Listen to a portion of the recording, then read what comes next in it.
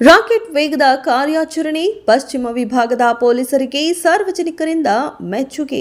ಬೆಂಗಳೂರಿನಲ್ಲಿ ರೌಡಿಗಳ ಅಟ್ಟಹಾಸಕ್ಕೆ ಬ್ರೇಕ್ ಹಾಕಿದ್ದಾರೆ ಬೆಂಗಳೂರು ಪೊಲೀಸರು. ಪುಡಿ ರೌಡಿ ಒಬ್ಬ ಯುವಕನನ್ನ ಥಳಿಸಿ ಬೆತ್ತಲೆಗೊಳಿಸಿ ವಿಡಿಯೋ ಮಾಡಿಕೊಂಡು ಸಾಮಾಜಿಕ ಜಾಲತಾಣದಲ್ಲಿ ಹಾರಿಬಿಟ್ಟು ಹೀರೋಯಿಸಂ ತೋರಿಸಲು ಹೋಗಿ ಪೊಲೀಸರ ಅತಿಥಿಯಾಗಿದ್ದಾನೆ. ಘಟನೆ ವೈರಲ್ ಆದ ಕೆಲವೇ ಗಂಟೆಗಳಲ್ಲಿ ಆರೋಪಿ ಬಂಧನವಾಗಿದ್ದು ಬೆಂಗಳೂರು ಪೊಲೀಸರಿಗೆ ಸಾರ್ವಜನಿಕ ವಲಯದಲ್ಲಿ ಭಾರಿ ಮೆಚ್ಚುಗೆ ವ್ಯಕ್ತವಾಗುತ್ತಿದೆ. ಹೌದು, ಬೆಂಗಳೂರಿನ ಸುಂಕದಕಟ್ಟೆಯ ರೌಡಿ ಶೀಟರ್ ಪವನ್ ಅಲಿಯಾಸ್ ಕಡಬು ಗ್ಯಾಂಗ್ನಿಂದ ಯುವಕನ ಮೇಲೆ ಹಲ್ಲೆ ನಡೆದಿದ್ದು ಬಟ್ಟೆ ಬಿಚ್ಚಿ ರಸ್ತೆಯಲ್ಲಿ ಅಟ್ಟಾಡಿಸುವ ಮೂಲಕ ವಿಕೃತಿ ಬರೆದಿದ್ದಾರೆ. ಕಾಮಾಕ್ಷಿಪಾಳ್ಯ ಪೊಲೀಸ್ ಠಾಣಾ ವ್ಯಾಪ್ತಿಯಲ್ಲಿ ಸದ್ಯ ಈ ಘಟನೆ ನಡೆದಿದ್ದು, ರೌಡಿ ಶೀಟರ್ ನಡೆಸಿರುವ ಈ ಹಲ್ಲೆಯ ವಿಡಿಯೋವನ್ನ ಸೋಷಿಯಲ್ ಮೀಡಿಯಾದಲ್ಲಿ ಹರಿಬಿಟ್ಟಿದ್ದ ರೌಡಿ ಶೀಟರ್ ಪವನ್ ವಿಡಿಯೋ ಹರಿಬಿಟ್ಟ ಕೆಲವೇ ಗಂಟೆಗಳಲ್ಲಿ ರೌಡಿ ಶೀಟರ್ ಪವನ್ಗೆ ಬಲೆ ಬೀಸಿದ್ದ ಪೊಲೀಸರು ರಾಕೆಟ್ ವೇಗದಲ್ಲಿ ಕಾರ್ಯಾಚರಣೆ ನಡೆಸಿ ಪವನ್ನನ್ನ ಬಂಧಿಸುವಲ್ಲಿ ಯಶಸ್ವಿಯಾಗಿದ್ದಾರೆ.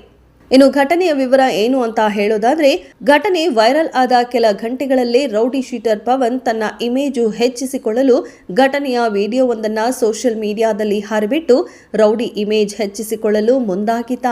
ಆದರೆ ಆಗಿದ್ದೇ ಬೇರೆ.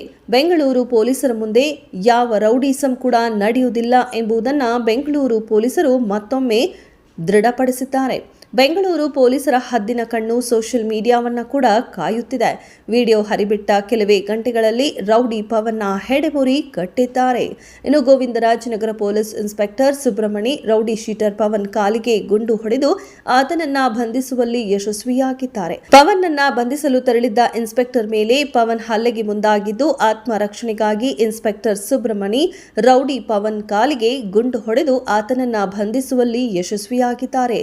ಅರ್ಜುನ್ ಬೆತ್ತಲೆಗೊಳಿಸಿ ಹೊಡೆದು ಓಡಿಸುತ್ತಿರುವುದು ವಿಡಿಯೋದಲ್ಲಿ ಸೆರೆಯಾಗಿದೆ.